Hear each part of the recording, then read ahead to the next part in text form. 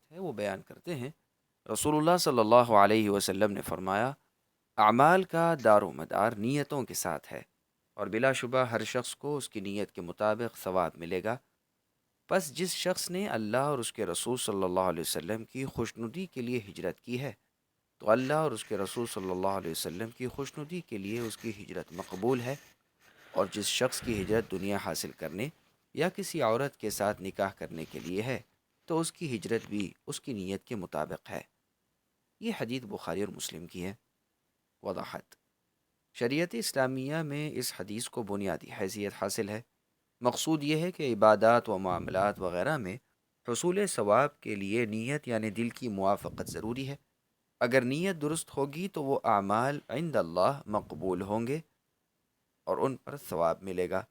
صاف ظاہر ہے کہ جو عام شرعاً ممنوع ہیں، ان کے کرنے سے حدود اللہ کی نافرمانی ہوگی اور اللہ پاک ناراض ہوں گے، اگرچہ ایسا عمل کرنے والے کی نیت ثواب کی ہو۔ واللہ عالم۔ ایمان اور اس کے مسائل کی دوسری حدیث، عمر بن الخطاب رضی اللہ عنہ سے روایت ہے، وہ بیان کرتے ہیں کہ ایک دن ہم رسول اللہ صلی اللہ علیہ وسلم کی مجلس میں تھے۔ اچانک ایک شخص وارد ہوا جس کا لباس سفید براق تھا، اس کے بال بہت زیادہ سیاہ یعنی کالے تھے، اس پر سفر کے نشانات دکھائی نہیں دے رہے تھے، اور ہم میں سے کوئی شخص بھی اسے نہ پہچانتا تھا۔ وہ نبی صلی اللہ علیہ وسلم کے قریب بیٹھ گیا۔ اس نے اپنے دونوں گھٹنے نبی صلی اللہ علیہ وسلم کے دونوں گھٹنوں کے ساتھ ملائے، اپنی ہتھیلیوں کو آپ کی رانوں پر رکھا اور آپ کو مخاطب کرتے ہوئے دریافت کیا، اے محمد صلی اللہ علیہ وسلم، مجھے اسلام کے بارے میں بتائیں۔ آپ نے فرمایا، اسلام یہ ہے کہ تم اس بات کی گواہی دو کہ اللہ کی ذات کے علاوہ کوئی معبود برحق نہیں ہے، اور اس بات کی گواہی دو کہ محمد صلی اللہ علیہ وسلم اللہ کے رسول ہیں، اور تم نماز قائم کرو، زکوٰۃ ادا کرو، رمضان کے روزے رکھو، اور بیت اللہ کا حج کرو، بشرط یہ کہ تم اس کی طرف سفر کی طاقت رکھو۔ اس شخص نے کہا، آپ نے سچ فرمایا۔ اس پر ہمیں یعنی صحابہ کو تعجب لاحق ہوا کہ یہ شخص آپ سے دریافت کر رہا ہے اور پھر آپ کی تصدیق بھی کر رہا ہے۔ اس نے دریافت کیا کہ مجھے ایمان کے بارے میں بتائیں۔ آپ نے فرمایا، تم اللہ، اللہ کے فرشتوں، اللہ کی جانب سے نازل کردہ کتابوں، اللہ کے پیغمبروں اور آخرت کے دن پر ایمان رکھو، نیز اچھی اور بری تقدیر پر تمہارا ایمان ہو۔ اس نے کہا، آپ کی باتیں درست ہیں۔ اس نے دریافت کیا، مجھے احسان کے بارے میں بتائیں۔ آپ نے فرمایا، تم اللہ کی عبادت اس طرح کرو گویا کہ تم اس کو دیکھ رہے ہو، اگرچہ تم انہیں یعنی اللہ کو نہیں دیکھتے، مگر وہ تو تمہیں دیکھ رہے ہیں۔ اس نے دریافت کیا، مجھے قیامت کے بارے میں بتائیں۔ آپ نے فرمایا، قیامت کا علم مجھے بھی تم سے زیادہ نہیں ہے۔ اس نے دریافت کیا، مجھے قیامت کی علامات کے بارے میں بتائیں۔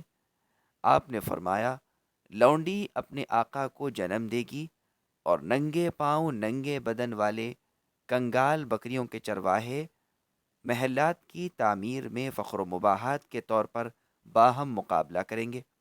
عمر رضی اللہ عنہ کہتے ہیں، اس کے بعد وہ شخص اٹھ کر چلا گیا۔ بہت دیر تک میں وہیں رہا کہ آپ صلی اللہ علیہ وسلم نے مجھے مخاطب کیا، اے عمر، تمہیں پتہ چلا کہ یہ مسائل دریافت کرنے والا شخص کون تھا؟ عمر رضی اللہ عنہ کہتے ہیں، میں نے عرض کیا، اللہ اور اللہ کے رسول ہی کو علم ہوگا۔ آپ صلی اللہ علیہ وسلم نے فرمایا، یہ جبرائیل علیہ السلام تھے، وہ تمہارے پاس آئے تھے تاکہ تمہیں تمہارا دین سکھلائیں۔ اس حدیث کو امام مسلم نے روایت کیا ہے۔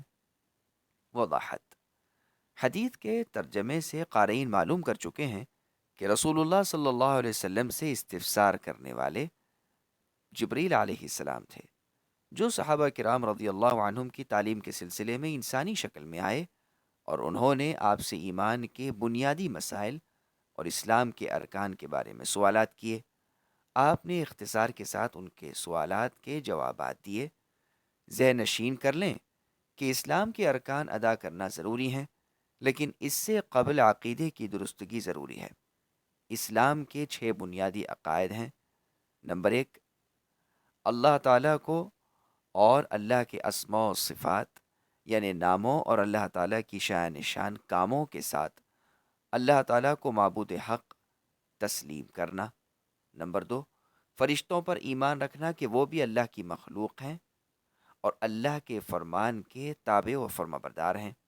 نمبر 3، تمام پیغمبروں پر ایمان رکھنا کہ اللہ پاک نے ان کو انسانوں کی اصلاح کے لیے بھیجا ہے اور محمد صلی اللہ علیہ وسلم کا درجہ تمام پیغمبروں سے بلند تر ہے۔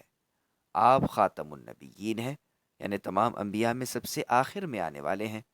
آپ کے مبعوث ہونے کے بعد اگرچہ دیگر انبیاء علیہم السلام کی نبوت پر ایمان رکھنا بھی ضروری ہے، لیکن شریعت اور اس کے احکام صرف رسول اللہ صلی اللہ علیہ وسلم کے ارشادات کے ہی تابع ہیں، ان سے سرمو انحراف جائز نہیں۔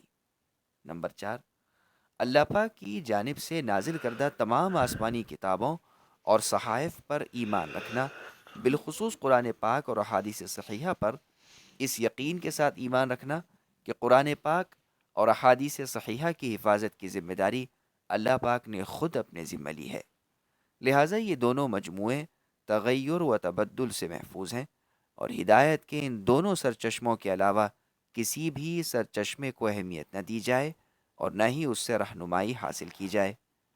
نمبر 5، روز جزا و سزا پر ایمان لانا کہ اس کا وقوع ضرور ہوگا، اس میں سب کا محاسبہ ہوگا۔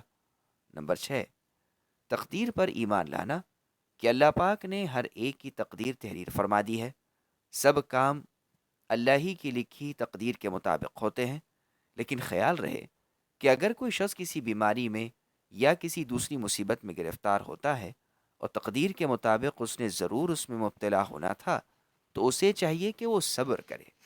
اس صورت میں تقدیر کا سہارا لینا درست ہے، لیکن اگر کسی شخص سے گناہ سرزد ہوتے ہیں، مثلا اس سے زنا صادر ہو جاتا ہے یا کوئی اور اخلاقی گناہ سرزد ہو جاتا ہے، تو اس کو تقدیر کا سہارا نہیں لینا چاہیے، یعنی وہ یہ نہ کہے کہ چونکہ تقدیر میں مجھ سے زنا سرزد ہونا لکھا ہوا تھا اس لیے مجھ سے زنا ہوا ہے۔